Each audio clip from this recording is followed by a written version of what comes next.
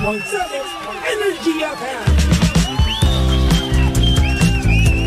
Same. Pero iba dito sa 106.7 Energy FM Pangga. Huwag mo sabihing radyo, sabihin mo good morning Luzon, Visayas at Mindanao Metro and Mega Manila. At syempre good morning din. Bakit ka nag-iingat? Kasi ayoko nung tumutunog na ineme kapag ganyan. Sana pinapatay mo muna sa akin, di ba? Oo nga, dapat pala pinatay ko. Meron nga pala ako ditong control. Good morning naman sa'yo, DJ Lindsay. Kamusta naman ang iyong umaga so far? Oy, ang dami kong tulog kasi ang sama ng pakiramdam ko kahapon, baby Toby. All. Hindi kasi feeling ko, sinisingil na ako nung katawan ko. Ayun lang. Sa mga pagpupuyat ko. Tapos, ayun nga, may shoot nga dapat kami ni Master Ray kahapon. Hi Sir Ray, feeling ko nakikinig ka ngayon. Pero hindi natuloy dahil nga ang sama ng pakiramdam ko. Buti naman okay ka na ngayon. Oo. Minsan talagang tulog lang yung katapat. No? Kailangan, it's your body's, na-realize ko baby Toby na it's your body's way of telling you that you should rest. Tama ka dyan. Oo. Kaya naman ikaw din DJ Lindsay magpahinga-pahinga ka at alam kong kailangan natin mag-grind, no? Kailangan natin kumita ng pera dahil pera is life, no? Hoy, hindi naman pera is life, but you know, syempre, kailangan din naman natin. Kahit pa paano. Needs yan. Diba? Pero syempre, kailangan talaga natin magpahinga. Alam mo, madami akong kilala na hindi nakapagpahinga, ayun, binawian. Hoy! Hindi pa naman tayo babawian, nakakaloka. Huwag naman sana, no? Pero syempre, mga pangga, wag natin kakalimutan yung magpahinga, lalong-lalo na yung tulog, okay? Kung kayo ay araw-araw, 5 hours, 4 hours lang, 3 hours lang ang tulog, ay naku, bago-baguhin nyo. Kasi para sa akin, no, tulog is lifer din. Kasi nagre-recharge yung katawan natin pag natutulog tayo. Ako kasi kapag iba yung itsura ko, iba yung mood ko kapag 3 hours lang yung tulog ko. Totoo. Ibang-iba talaga Yung aura mo, ibang-iba. Di ba? Hindi katulad kapag 8 hours or 7 hours yung tulog mo Fresh ka, di ba? Gwapo ka tignan, maganda ka tignan. Totoo yan. Diba? Pero kapag ikaw kulang-kulang yung tulog mo, eye bags mo, lutaw na luwang-luwa, di ba? Tapos ang oily-oily mo. Di ba?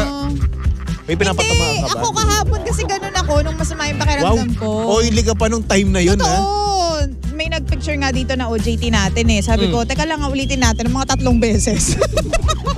Kasi hindi ko naiibigan talaga. Kasi nga puyat at saka masama yung pakiramdam. Alam mo, oily ka pa sa lagay na yun, ba't ang ganda mo pa rin? Ikaw nga hindi tayo magbabalahan dito. Nakakaloka ka. So anyway, DJ Lindsay, good morning sa'yo. Siyempre, good morning din sa mga pangga natin dyan. Nakakatutok pa lang, no? Good morning po. Good morning. At sa mga pangga natin na traffic ngayon sa kahabaan ng EDSA, nako, patay tayo dyan, okay lang yan. At least late ka na naman sa trabaho mo.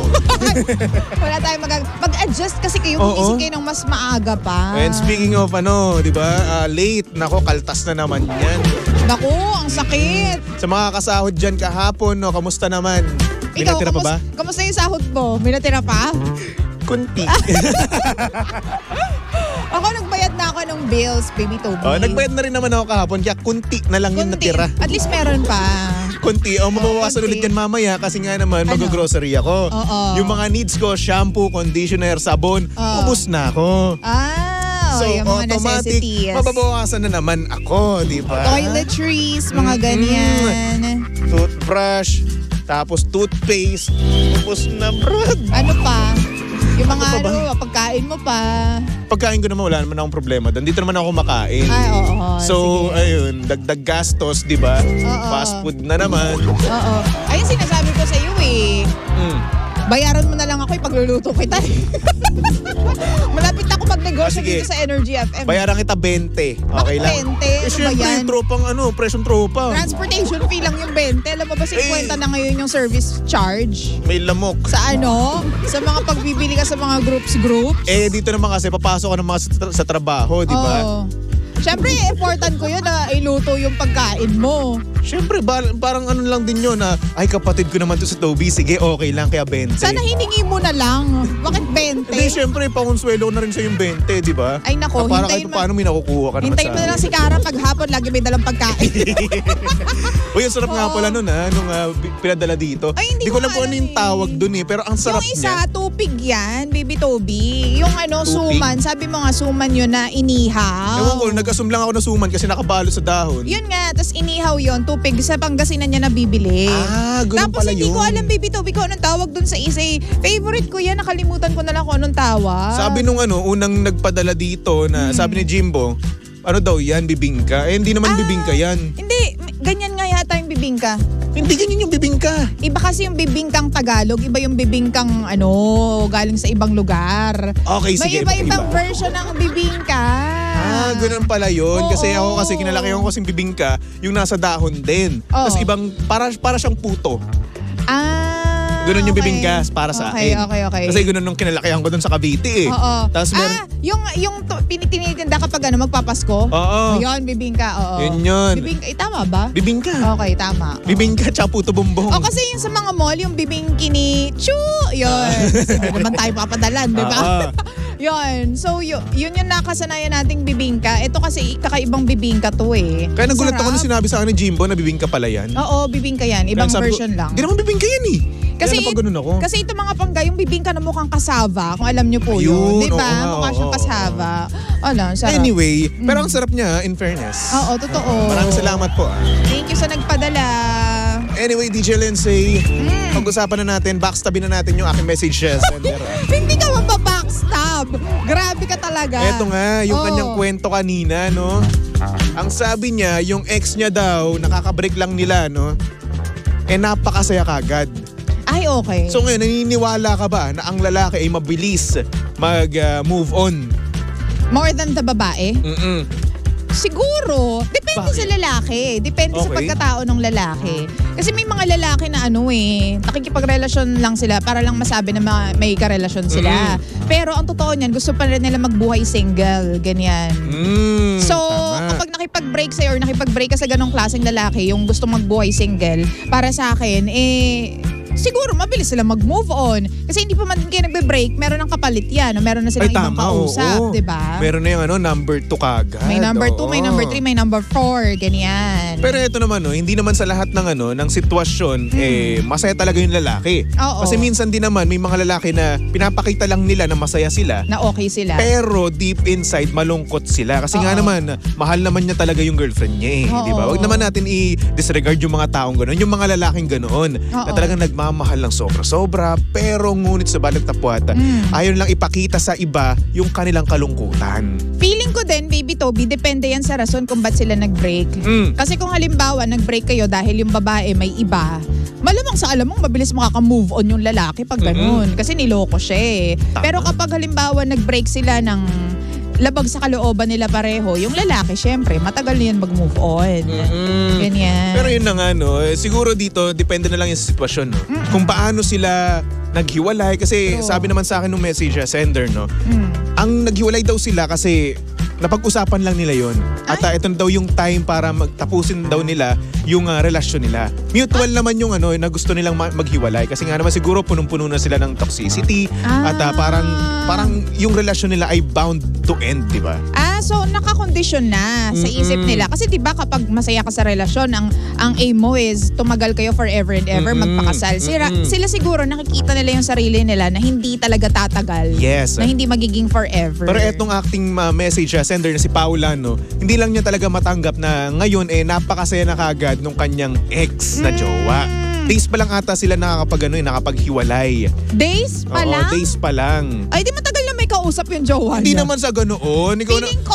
napaka-judger naman nito. Hindi, wait. Bakit siya masaya pala? Anong rason na masaya niya? I mean, nagiinom siya gabi-gabi, ganyan? Or- Sabi, nakasmile lang daw palagi. Nakikita niya. Yun naman kasi. Wala naman kasi doon sa gano'n. Siguro sabihin na natin, may chance na na may iba na siya, no? Pero may chance din naman na tinatago niya lang talaga yung nararamdaman niya. Oo, tsaka, hindi. Sige, sorry dun sa naging reaction ko. So, hindi ko alam, yung sinabi mo na masaya, naisip ko agad, baka masaya with somebody else. Pero nung sinabi mo na laging nakangiti, girl, ang dami naman pwedeng ma-hide na emotions with just smiling, di ba? Pero para sa akin, Yun. kahit masaya ka, hindi ibig sabihin nun na masaya ka agad talaga siya na parang wala na siyang kalungkutan sa Oo. sa katawan niya, dahil nag-break kayo. Para sa akin, dinidistract niya lang yung sarili niya. True. Bakit? Kasi mahal ka niya eh. Oo. Diba? Tapos naghiwalay kayo. True. Tapos nun, ipapakita niya kaagad sa ibang tao na na malungkot siya. Ipopost niya ba yun? Siyempre hindi kasi kami mga lalaki pag pinakita namin yun sa public babansagan ka kaagad na sad boy. Weak. Oo, di ba? Weakling, mahina ka, wala ka, banban ka, banu ka, ganun. So, at saka anong gusto mo naman ate? Maglupasay siya sa harap ng maraming tao. Isipin mo na lang yung magiging reaksyon ng mga friends niya, di ba? True. Isipin mo yung mga friends niya sa Facebook, mga followers niya sa Instagram, no? Mag-post ng ganun, napaka-positive ng vibes ng mga friends niya doon. Diba? So, parang mawawala yung pagka-positive nila at mapapalitan niya ng negativity. Oo. At mabubusit pa doon sa ex mo, no? Tsaka hindi na yun para iparamdam pa sa buong mundo kung malungkot ka. May mga tao kasi na ganun, di ba, na ayaw ipakita or ayaw manghawa ng kalungkutan. Di ba? May mga tao na talagang kinikip nila yung kanilang personal stuff personally din. Like Joshua Garcia, tsaka yung bagong girlfriend niya ngayon girlfriend daw, napapabalita. Pero alam mo yun, nung tinanong kung kayo na ba dalawa, ang sagot nila, ibigay nyo na lang sa amin to. This is personal. Diba? So, baka ganun din. Personal para sa kanya. So, talaga nag-hide lang siya doon sa smiling face ng so many emotions. Alam mo, pansin ko ngayon, sa mga tao, sa mga lalaki, hindi lang sa mga lalaki, pati na rin sa mga babae, mas pinipili na nila ngayon yung maging private life, yung buhay nila. Bakit? Kasi napakasaya nga naman talaga eh. Totoo. Unang-una, walang sasawsaw. True. Pangalawa, walang mangbabatiko sa'yo, walang manghuhusga, di ba? Walang magsasabi sa'yo kung anong dapat mong gawin, di ba? True. Para sa akin, mas okay yung ganun kaysa sa napaka-public. Oo. Tsaka naniniwala ako, Baby Tobes, na what people do not know, they can't ruin. Diba? Yes. Kung anong hindi alam ng tao, hindi nila pwedeng sirain. So, yun yung rason ko din minsan kung ba't nagwapaka-private ako sa mga ilang bagay. Ako, private akong tao. O, totoo. Diba? Totoo. Ang dami nga hindi nakakaalam na single na ako ulit ngayon eh. Diba? Parang feeling ko yung listeners mo naman tuwing umaga, alam na alam yan. Tsaka yung mga nanonood sa'yo sa TikTok. Talaga ba? Feeling ko lang naman. Feeling ba nila? Lagi ko na ba nasasabi? Oo naman. Kulang na nga lang maglagay ka na single ako dito sa noo mo. Alam mo yon? Uy, hindi naman para magmukha akong jowang-jowa doon ha? Hindi. Sinasabi ko lang na yung iba alam na single ka. Kailan ka ba magiging double? Double! Depende kung meron kang papakilala sa akin. May kapatid ka bang babae? May potential ba na maging in a relationship ka anytime soon? Ay hindi, ayoko. Wala pa. Oo, ayoko pa. Tatamad pa ako. Wala pang target. Wala. Tatamad ako eh. Alam mo naman, napakatamad ko talaga ngayon ha. Oo. Ewan ko kung bakit pero simula nung naging nag-self-love ako, tinamad na ako ng tinamad. Kasi ang priority mo is yung sarili mo. Oo, pera muna, ganun. Ano ba yan, Baby Toby? Siyempre, isipin mo, Totoo. kung wala kang pera, paano ka makikipag-date, di ba? Ano source ng ng income mo? Sabihin natin, meron kang trabaho, ayos. Pero yung sinasahod mo naman ay napupunta lang sa bills, sa mga gastusin mo, di ba? Sa groceries, di ba? So ano pang date mo? Kesa mapintasan ka pa ng jowa mo tsaka pamilya ng jowa mo. Oo, di ba? Jowa-jowa ka yan, wala namang pera yan. So wag na lang, no? Di ba? Oo, Ipon ka na lang muna. Sabihin, ang ba yung ginawa mo? Dukha! Di ba? Mga taong putik. Nakakaloka. Aray ko naman, taong... Hindi naman. Ang sakit. Sa lahat ng taong putik, kiniklaim mo, napakaputi mong taong putik. Ganun talaga. O, diba? Anyway, mga panggano, kung nakikita nyo man yung ex nyo ngayon na talaga nga namang medyo masaya, no? Nako, magdalawang isip kayo. Siguro minsan, tama nga kayo nang iniisip na meron na kagad yung iba, pero wag nyo rin namang alisin yung thought na nahihirapan din naman siya at tinatago niya lang yung kanyang totoong nararamdaman. Okay?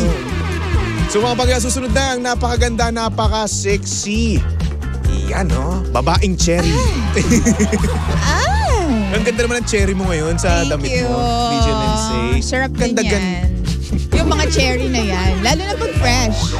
Sarap yung cherry, lalo na pag fresh. Pinapulot mo utak ko, DJ Lindsay. Oo naman Susunod na DJ Lindsay para sa programang Lihim ng Liham, and of course nakakasama mo at nakakalandian ang hot baby boy ng radyo. Walang iba kundi si DJ Baby Toby. At bago ako magpaalam, binabati ko muna ang aking pinsans na si Ian RC Nacario Sumilang. Ian RC Nacario Sumilang. At ang aking dating katrabaho, Jerome. Hi, Jerome. Jolbs tawag ko dyan. So si Baby Toby, pwede yung stock sa lahat ng kanyang social media accounts. Hanapin nyo lang Baby Toby 1067 sa Facebook, sa Instagram, sa TikTok, and also on my YouTube channel, DJ Baby Toby. For the meantime, magbalik-tugtugan muna tayo. Tumutok lang dito sa number 106.7 Energy FM. Pangga. Huwag mo sabihin radyo, sabihin mo